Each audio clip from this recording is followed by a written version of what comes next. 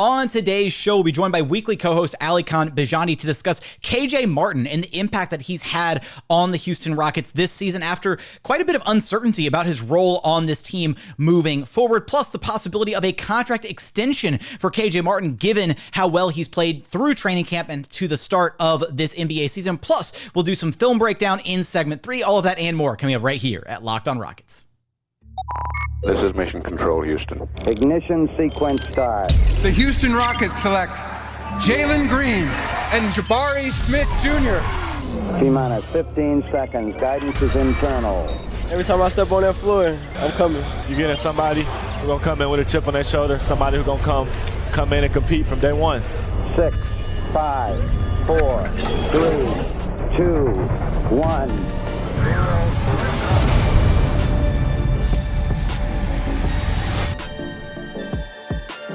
What's up and welcome to another edition of Locked On Rockets, your daily podcast home for everything Houston Rockets basketball. As always, I'm your host, Jackson Gatlin, native Houstonian, a credentialed media member. I'm also the host of Locked On NBA Mondays, host of the State of the Rockets podcast, as well as Rockets Watch. Be sure to follow along on Twitter at JT Gatlin and the show, of course, at Locked On Rockets. Free and available wherever you get your podcasts, including YouTube. Just go to YouTube, search Locked On Rockets. Be sure to like, comment, and subscribe. Today's episode, we're talking a lot of KJ Martin, his impact on the Houston Rockets this season after some uncertainty about his role moving forward with this Rockets team over the course of the offseason, a trade request, all of that. And now even the reported possibility of an extension being on the table for KJ Martin, or being open to the idea of an extension with the Houston Rockets. We're going to get to all of that. But first, today's episode is brought to you by LinkedIn. LinkedIn Jobs helps you find the qualified candidates you want to talk to faster. Post your job for free at linkedin.com/LockedOnNBA. Joining us now is our weekly co-host, Alykhan Bijani, the X's and O's man himself. You can follow on Twitter at Rockets_Insider. And Alykhan, we have a jam-packed show today. We're going to be focusing on KJ Martin a lot here in segments 1 and 2, talking about the impact that he's had on this Houston Rockets team after quite a bit of uncertainty about his role this past offseason, as well as, hey, the fact that there's some reports that, he's open to the idea of an extension and even, furthering his future with this Houston Rockets team, cementing himself as a member of this Houston Rockets team. We'll talk about all of that across the first 2 segments. And then we're also going to do some film breakdown in segment 3. We're going to kind of discuss some of the different actions that the Houston Rockets can run when they have Alperen Sengun involved in the offense, and some of the designed actions rather than some of the free-flowing stuff that we've seen. But starting with KJ Martin here, Alykhan, I mean, to me, KJ Martin, and feel free to push back on this if you want, I feel like KJ Martin has been the most pleasant surprise of the Houston Rockets season so far. His impact on both sides of the floor, offensively, defensively, the growth that we've seen out of him. And again, we've talked about this in a couple episodes prior, but the transition that he's made going from basically being kind of like a small ball 4 to now playing his more natural position of the 3 and playing on the wing for the Rockets, he's really grown a lot. And, he didn't used to have the skills that allowed him to be a wing, but he's worked really hard on his handle, his shooting, all of that. And he's become a really impactful player for this team. Yeah, he has. And I think there was some conversation about how well he could play with all of the minutes that are for other wings. And he's shown that he doesn't have to necessarily play in one role. With the way the Rocks roster is constructed, I think it'd be great for him to have an official position, or more so just a specific, like 2 positions where he can be in. But he can play the 3, the 4, and the 5. And we're going to show later he can even play the 2 in some situations, depending on what's going on defensively and offensively. And so the versatility he's shown, first and foremost, has been the best surprise from him dating back to his rookie season. And then on top of that, just him improving in terms of his decision-making offensively and defensively, him, tying in his ability to be athletic and make those great athletic plays with those blocks and those dunks, but now also doing it as a screener and as a roller and as a cutter. Those are things that make you an incredible role player and somebody who's valuable for a team. And he's doing exactly that. And I cannot be more happy with how well KJ Martin's been playing. You were highlighting some of the moments from the most recent Rockets game, the Rockets Magic game, the just juicy win against another fellow tanking team in the Orlando Magic. And you were highlighting some of the moments, some of the things that KJ Martin was doing away from the basketball, like, just being in the right position, setting up potential opportunities for his teammates, little, opportunities for little flare screens and stuff away from the basketball on the weak side, that kind of stuff. It's those little things, right, that KJ Martin from 2 years ago wasn't doing, right? You talked about utilizing his athleticism to make things happen both offensively, defensively. We've seen tons of flashes of that, through his first 2 years as a player, but now it feels like he's doing it in a more controlled way, right? Where now he's realizing how he can use his insane athleticism to make a quick recovery defensively, how to be in the right position offensively, crashing the glass, all these little things, rather than it being a bit more uncontrolled like it was in the first 2 seasons. Yeah, and let me give you guys an example, okay? Just for our listeners and people watching us. When you talk about what he's doing off the ball, that to me is the most important thing. And I'm gonna give you a stat, okay? I tweeted this out there. You can find it on my Twitter as well. Which player on the Rockets leads the team in cuts or scoring off of cuts? It's KJ Martin. Which player is second, Jackson? Second player? Sengun. Oh, okay, there we go. And the reason I'm bringing those two guys up, because I don't only feel KJ as a connector, I feel Alp as a connector too. And it's not a coincidence. It's not a surprise. The two players who honestly have been moving a lot off the ball, making things happen as screeners and rollers, are also leading the team in cuts or points scored off of cuts. Now, you're like, Alykhan, when I go to NBA Stats website and I look up speed and distance, Jalen Green and KPJ have the most distance traveled on the team. Well, that's not necessarily correlating with what we're seeing in terms of the eye test. That means that the reason why they're traveling a lot is because they have the ball in their hands and they're running a lot of pick and roll and using that, right? Trying to get downhill to create shots for others. But the small things that KJ and Alp do as connectors are really important, okay? And I'm going to highlight two of those things. First is when they get the ball at the top of the key. We've been highlighting Alperen Sengun, even dating back to last week's episode, getting the ball at the top of the key, being that kind of transitionary player between transition and half court, kind of, kind of integrating the offense per se, or kind of helping transition the offense is a better way to say it. Going from when they're trying to push the pace, beat a mismatch into, okay, there's really nothing doing. The defense is back in position, or we can't really get anything going. Let's give it to Alp. Let's get into an offense. And then Alp at the top of the key or the high post is helping create, using his passing, using his body angles as a screener to be able to get guys open. We talked about it on last week's show, right? When you're setting a down screen, how do you do it? You want to make sure that your chest is facing towards the intersection of the baseline and the sideline. Alp's, I'm saying that again because he's setting some good fundamental screens. KJ's doing the same thing, man. KJ setting some good screens, especially for his frame. And 3 seasons in, his frame is a lot different than what it was his rookie season. He's added more muscle. I think as he continues to add more muscle, it's going to help him a lot more. And we're seeing that the athleticism is still there, despite adding more muscle mass to his upper body. And so I'm really excited to see that in terms of screeners, what they can do. And then secondly, making reads as cutters.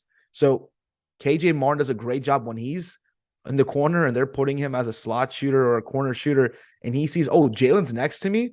Oh, and Jalen's defender's helping off of me.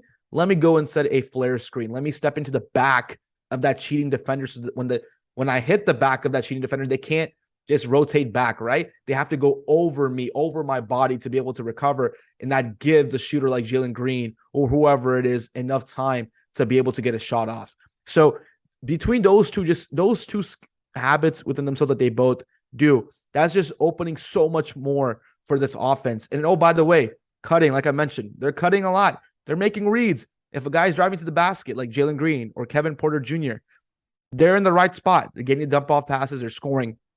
There was a play last night, Jackson, that I think we should highlight going to the next segment that KPJ did with Alperen Sengun and also KJ Martin that I think is a good kind of look into what this offense can be like when everybody's clicking. I love it that you're doing the teases for me. Just go ahead and do my job. You just want to host the rest of the show for me too? That'd be great, bud. No, I'm kidding. Yeah, absolutely. We're going to keep the conversation focused here on KJ Martin. One thing that I did want to chime in here is KJ and Alp do just have this fantastic chemistry with one another when they're on the floor. We saw this develop very early on last season, and a big part of that is because KJ is one of the, if not the best and smartest guy on the roster about how to move and operate without the basketball, cutting, making smart decisions without the basketball. And again, kind of feasting off of a guy like Alp who finds smart cutters, finds guys who are willing to move without the basketball. Both of those guys had just fantastic second quarters against the Orlando Magic. Alp had 12 points on 4 of 8 shooting. KJ Martin had 13 points on 5 of 5 shooting. They stepped up in a big way in that second quarter, and it's no surprise they played a majority of their minutes in tandem with one another in that second quarter, and that's why things worked out so well there for the Houston Rockets. Now, we're going to talk about KJ Martin and continuing his role, the breakdown on what he's able to provide for this Houston Rockets team in just a moment. But first, today's episode is brought to you by LinkedIn. These days, every new potential hire can feel like a high-stakes wager for your small business. You want to be 100% certain that you have access to the best, most qualified candidates available. That's why you have to check out LinkedIn Jobs. LinkedIn Jobs helps you find the right people for your team faster and for free. All you have to do, post a job. It's so easy to get a job posting going on LinkedIn Jobs. And then once you have it posted, all you have to do is add the little purple hashtag hiring frame to your LinkedIn profile to spread the word that you are hiring. Simple tools like screening questions make it incredibly easy to focus on candidates with just the right skills and experience so that you can quickly prioritize who you'd like to interview and hire. It's why LinkedIn Jobs helps you find the qualified candidates you want to talk to faster. Post your job for free at linkedin.com/lockedonnba. That's linkedin.com/lockedonnba to post your job for free. Terms and conditions apply.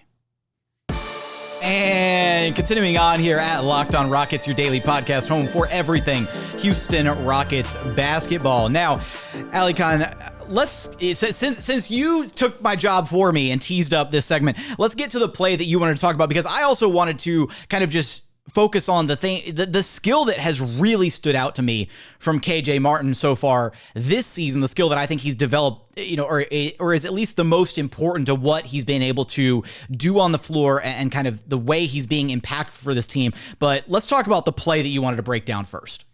Yeah, well, so we have a play that we're going to break down. That's going to be a third segment. I just want to break down a specific type of play involving two of them, okay? And so before we do that, I want to give some lineup data. I think it's really interesting.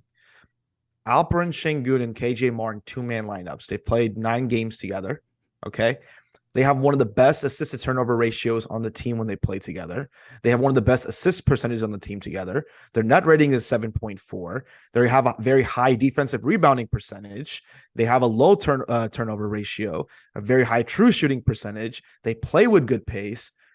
Very interesting. So they do play well together. And what KJ does, it allows KJ, somebody who does like to help and overhelp at times, which is why he has those incredible blocks, to help a guy like Alperen Sengun, who sometimes may be out of position in his pick and roll coverage. We saw that yesterday. It's not a knock against Alp in terms of something he can improve on. He's trying to, but there are possessions where he's going to be spammed over and over and over again on drop coverage and pick and roll.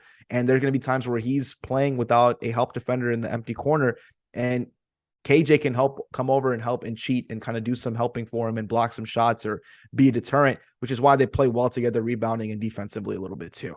But the play I want to highlight with them I'm laughing because it's funny that you brought up lineup data, because earlier today I was digging around looking at some lineup data, and I was looking at 5-man lineup data though, and of the Rockets' 6 most played lineups, 3 of them so far this season for 5-man lineups, 4 of them feature KJ Martin, but 3 of them are in the positive net rating department with KJ Martin on the floor. And I thought that was very telling, is that the Rockets are just playing what feels like a better brand of basketball when KJ is out there.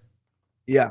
So those plays I talked about, Alp as a connector right at the top of the key, and let's say KJ's in there, even if it's somebody else on Alp in there, KJ's usually going to be in the slot or the corner.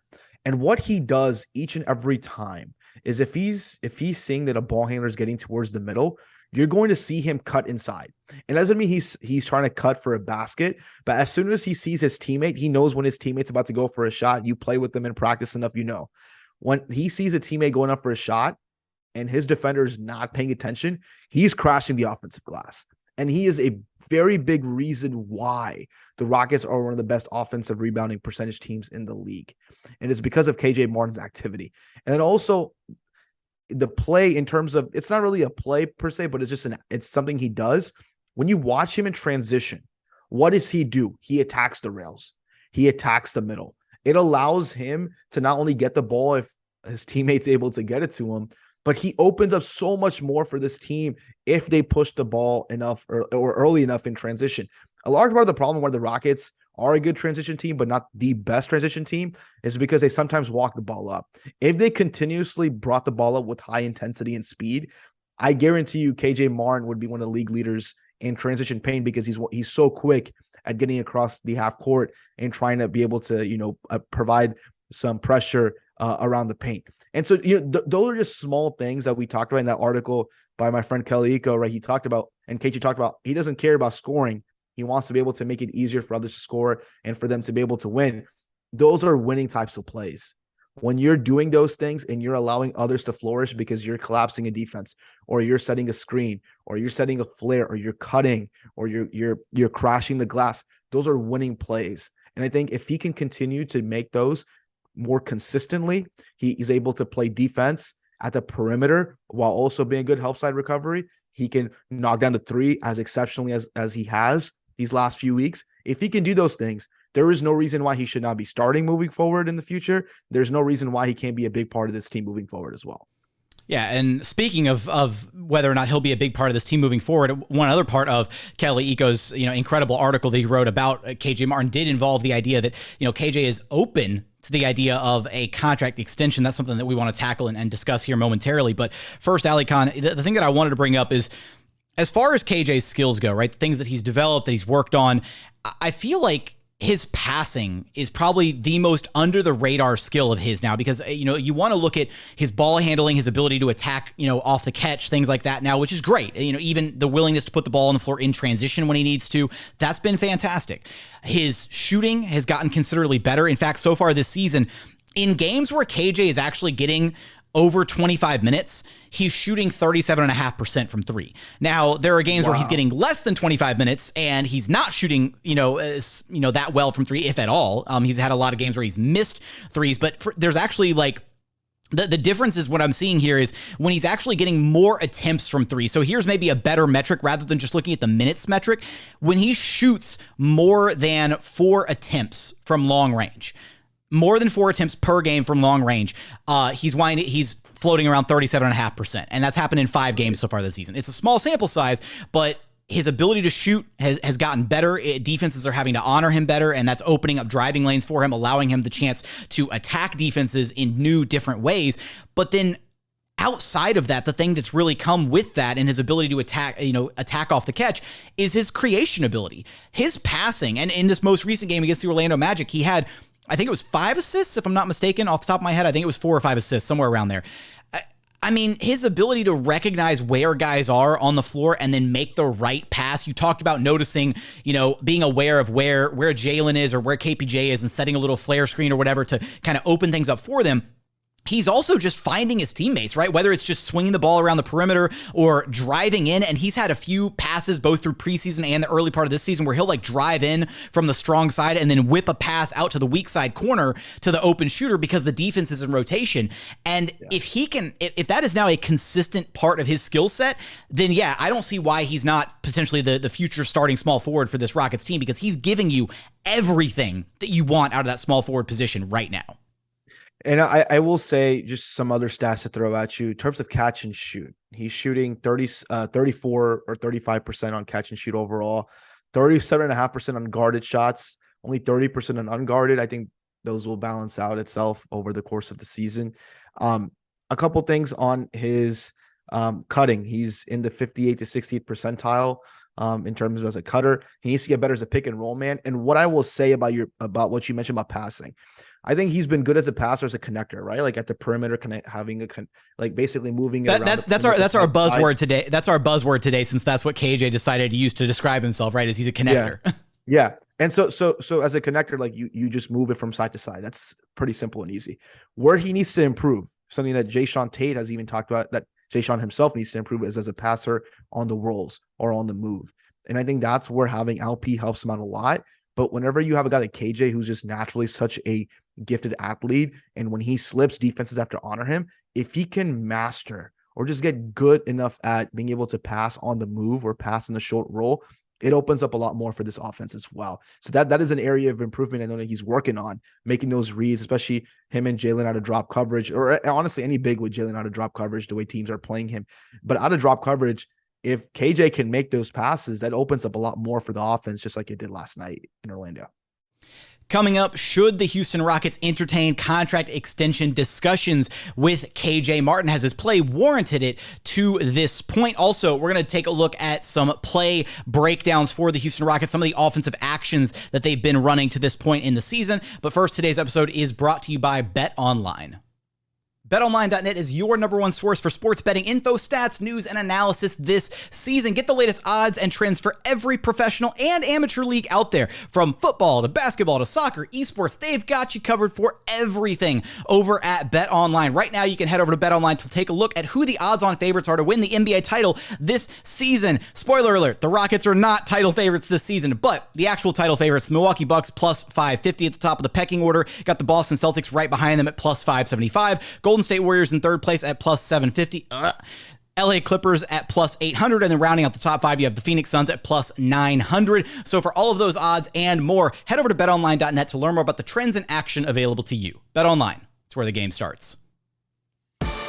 And final segment here at Locked On Rockets, your daily podcast home for everything Houston Rockets basketball. As always, appreciate you for making LOR your first listen. For your second listen, go check out Locked On Sports Today. From the games that matter the most to the biggest stories in sports, go beyond the scoreboard and behind the scenes with the local experts and insights only Locked On can provide. Locked On Sports Today, available on this app, YouTube, or wherever you get your podcasts. Now, Alykhan, as part of Kelly Iko's article over at The Athletic, he did share the news that apparently right now KJ Martin is open to an extension to remain with the Houston Rockets long term, which was, almost a complete 180 of where things felt like they were this past offseason. A lot of uncertainty with KJ Martin's role moving forward. The Rockets had, locked down Jae'Sean Tate to a long-term deal. Eric Gordon is basically playing on the wing for this Houston Rockets team, which eats into available minutes for a guy like KJ Martin. And then they drafted guys like Jabari Smith Jr. and Tari Eason, two more names that would be eating into the minutes at the 3 and 4 spots, basically where KJ Martin plays. So it's understandable that there would be some worries about what his role would be, or what, whether there's enough, minutes or a spot for him even on this Houston Rockets team. But after some impressive play through preseason, after a strong start to this season, it feels like he does have a home here. It feels like the Rockets, there's a lot of mutual respect on both sides where the Rockets do want him as a long-term fixture of this team. It might be a little early, a little premature to be discussing the idea of, a rookie scale extension for KJ Martin. But I think this Rockets team now, through deals with Jae'Sean Tate and the deal with Kevin Porter Jr., they've shown that when they find talent and when they are able to grow and cultivate talent in their system, at least under Rafael Stone, they like to lock down that talent long term. And so if I had to venture a guess here, I'd say that an extension at some point further down the line for KJ Martin is more likely than not. Yeah, I think a good example of that was a few weeks ago when Nasir Little got his 4 years, $28 million extension. I think right now that'd be a number that I'm just tossing out there to think about. I do not think you should be extending him until this offseason. You need to see this more. You need to see this out. You have to be able to see kind of where you're at with Tari, or how Jabari is doing this in terms of his development. There's no rush in giving him a new deal right now, especially when he's non-guaranteed into next season. But if you are a member of the Rockets front office and the coaching staff, you like to see the promising developments you are from KJ, his growth every single offseason.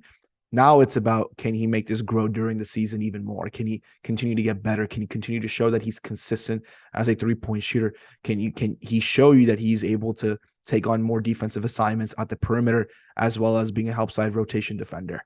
So those are some things I want to see, just more consistency out of him. But we've talked about him even before the start of this season. We are both very high on KJ Martin. You would love to be able to see him. That's Rafael Stone's. People think about it. This is Rafael Stone's first draft pick. Second round draft pick whenever he first started, right? So, let's see what happens. But very high on KJ, but there's no rush at all. Yeah, definitely no rush. Very similar to the KPJ thing, where if you're able to strike up a very team-friendly deal, which again, I think that's the takeaway here is the Jae'Sean Tate contract, incredibly team-friendly for the production that he provides. The KPJ deal, incredibly team-friendly. A lot of safety nets, a lot of team control on that one, where, if KPJ plays up to his all-star level potential, then you're looking at that deal as an absolute steal. And so you could argue the exact same thing for KJ Martin further down the line, is if this team follows that trend, they may be able to lock him down on a team-friendly contract structure, something that both sides feel good about moving forward. And again, it'll be interesting to see kind of how they continue to balance all the wings that they have on the roster this season. Jae'Sean Tate has missed a large portion of games. Jabari Smith Jr. has missed time.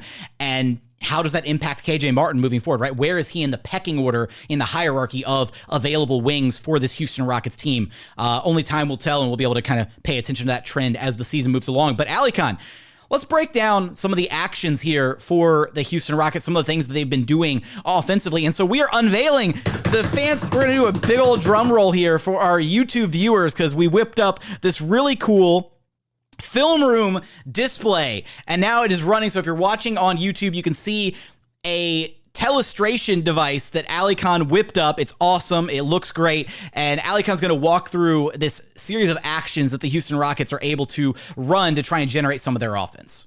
Yeah. So my best friends who are listening to us on podcast, don't worry, you're not really missing out on too much. I'll post the clips on Twitter so you can see them. But really appreciate you tuning in however you are tuning in. And for those watching on YouTube, this is our first run at it. We'll get better at it. You'll understand why the clip doesn't go as far as I wanted it to, but once I explain it, but let's see and give us some feedback on how you like it. So what I want to talk about is something the Rockets have been doing, right? We talk about it a lot. Alperen, Sengun at the top of the key. Why is that important, right? Why is that transition to, half court, that exchange important here? Because if you don't have something good in transition, you don't want to remain stagnant and get into your position really late. You want to be able to immediately transition to a dribble handoff or a pick and roll that can allow your offense to be able to gain some sort of advantage in the middle of the shot clock versus late, right? So there is one thing that Rockets have been doing when Alp's at the top of the key. On both sides, they'll play 2-2 alignment. Okay. What 2-2 alignment is, for those of you who have been listening to the show since the James Harden era, 2-2 alignment is when you have two shooters on one side, two on the other, and one person in the middle. In this case, let's say Alperen, Sengun's at the top of the key. You're going to have one action on the strong side, two shooters who are usually static on the weak side, unless there's an opportunity for a flare screen or whatever it is. But on the strong side, you're either going to have a split cut action where two of those guys kind of run into each other and go in opposite directions. You're going to have a potential delay action where that four who was started in the position in the corner, the three, whoever it is in the corner at that point in the strong side, is coming up and setting a screen that's facing the sideline. And then you have the ball handler or whoever the offensive players coming around that screen, getting the ball from Alp, going into a dribble handoff and attacking the paint. Or you can have that player who was in the corner, right? Like I talked about, whoever that is, come up, set a flare screen, and have that shooter who was in the wing kind of pop out, and they have an open three. So there's a lot of different optionality there. That's what you see on YouTube. That's how I'm describing it to you for those listening. The key takeaway here is the way the Rockets are doing a lot of their plays. It's not really a play. It's a structured action. Okay. So they'll try to run 21 series, but Alp will be that connector at the top of the key, right?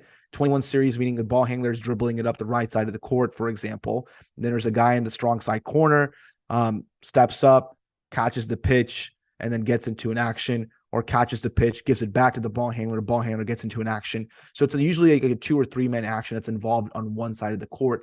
But the key takeaway here is, and we'll get into this over the course of the next few weeks as we highlight more plays, we'll give you names of those plays, things like that. But Alp is that connector. He is at the top of the key. He is running a lot more dribble handoffs and pick and rolls where he is the roll man, and he's gotten so good at it too as a result. And also another thing, when Jabari is involved, right? Jabari's in the corner, Alp's at the top of the key, and you have Jalen or Scoot, whoever it is, dribbling the ball up. They can give the ball to Jabari, set a down screen or kind of a flare screen for Jabari off the catch, and Jabari can shoot. If he doesn't, Alp can just try to go and establish some position inside. And we talked about last week, when we're seeing it a lot more now, Jabari, because of his high touch point and his release point with the shot, can just throw the ball over the top to Alp. And once Alp has a duck in or some nice positioning, he's so close to the basket that he can use his array of little moves around the basket, where since he's always shuffling his feet, makes it hard for the defense to be able to react to what he's doing because you never know what side he's turning. So if he can establish position, get the ball from Jabari over the top, that's an easy score for Alp, and Alp scoring really high percentage-wise around the rim. So the key takeaway with this play is a lot of options. If Alp has the ball at the top of the key and you're running 21 series or delay, where it kind of transitions to a dribble handoff, you can do that. It can be a splits cut action. Think of the Warriors, where Draymond Green is kind of posted up on one side of the court, and you have kind of Steph and Clay running into each other and going in opposite directions. That's another example here. Or it can be a situation where a guy comes from the corner, sets a screen for the ball handler, goes to the opposite side. You have an empty corner pick and roll. Alp can roll to the rim, or if not, he can stop on the drop and, get the basketball and the low block and score. So a lot of optionality here. Stephen South is using this a lot, especially after timeouts, to be able to get his team going, allow them to, have a good balance between making reads, which is what he wants, while also being able to get your offense in a structured situation where the players know what to do. And on the weak side, I didn't talk too much about the weak side, but on the weak side, you can have movement. If the strong side doesn't have anything going and the defense kind of stops that, they switch it, or there's no rhythm there, you can move it to the weak side, and you probably will have two shooters there that you can run a different type of action with as well. So there creates options there and some advantages for you to be able to do, especially with the passer like Alperen and Sengun. So all in all, a lot of really cool stuff. Some other key takeaways, Jackson, I wanted to mention from a film and an X&O's perspective. The Rockets are starting to use they've been running a lot of horns, and we discussed horns last week. So you can watch that episode and get a breakdown on horns, where they have two bigs at the free throw line extended and a ball handler at the top of the key. What they're doing now is they have Alp as one of the bigs and horns at the free throw line extended, and they have a shooter opposite of him. So in this case, against Orlando, it was Eric Gordon. So if you go back and watch the possessions to start the fourth quarter, it was Eric Gordon setting down screens, Eric Gordon being a screener. And if that action wasn't there, then he would get into a dribble handoff or a pick and roll with Alperen Sengun, which caused a lot of difficulty because you have to go over the screen for Eric to take away the three. But if you do, that allows Alp to be able to kind of run a little bit more freely and establish either position or roll towards the rim. So a lot of really cool stuff coming from the Rockets offense. I think it also helps that Alp's improved as a screener. KJ Martin's moving a lot. The Rockets seeming to get a lot more comfortable. So all in all, a lot of really cool stuff. Hope you enjoyed the telestration. I think there have been a lot of promising developments over the course of these past two games with the Rockets, namely just the ball movement has really stood out in these past two games. Granted, against the Timberwolves and the Orlando Magic, not exactly the most stalwart of NBA defenses so far this season, with no Rudy Gobert for the T-Wolves, and then the Orlando Magic, one of the worst teams in the association right there with the Houston Rockets. But it's an encouraging sign to see the willingness of this team moving the basketball. And to your point, one of the other kind of developments that we've seen with Jabari Smith Jr. being used as that like entry pass guy for Alperen Sengun down low. Definitely something to keep an eye on moving forward. But Alykhan, you know the drill. Let everybody know where to track you down at. You can find me on Twitter at Rockets_insider. Make sure you're following us at Locked On Rockets. Yeah, man. Honestly, just please, the biggest takeaway from the show, please give us feedback on the telestration. Audio listeners, please tell us how we can get better at describing plays so we can make sure we help you guys visualize that. And for those watching us on YouTube, please let us know what you think of the Telestrator tool. It's really important. We do this for you guys. We want you guys to have fun and be educated and be informed. We want to have a good conversation. So please slide into the DMs too if you would like. I've already helped a few Rockets fans learn more about some plays as well. So both of our DMs are open for us to be able to have a conversation. And thanks for listening. That's going to do it for another edition of Locked On Rockets. As always, thank you so much for checking out the show. If you haven't done so yet, please consider subscribing wherever you listen to your podcast. That's Apple, Spotify, Google, the Odyssey app, free and available on all podcast platforms. We're also on YouTube. Just go to YouTube, search Locked On Rockets. Be sure to like, comment, and subscribe, where you can help out the show a ton by commenting anything below. Shout out to everybody who actually does go literally comment anything below. I love you guys. You're awesome. But you can also share your thoughts on KJ Martin, what he brings to this Houston Rockets team. Would you want to see the Rockets entertain the idea of a contract extension with KJ Martin? Let me know in the YouTube comments. But as always, thank you so much for checking out the show. Thank you so much for watching. Thank you so much for listening. And we look forward to having you back right here at Locked On Rockets, your daily podcast home for everything Houston Rockets basketball.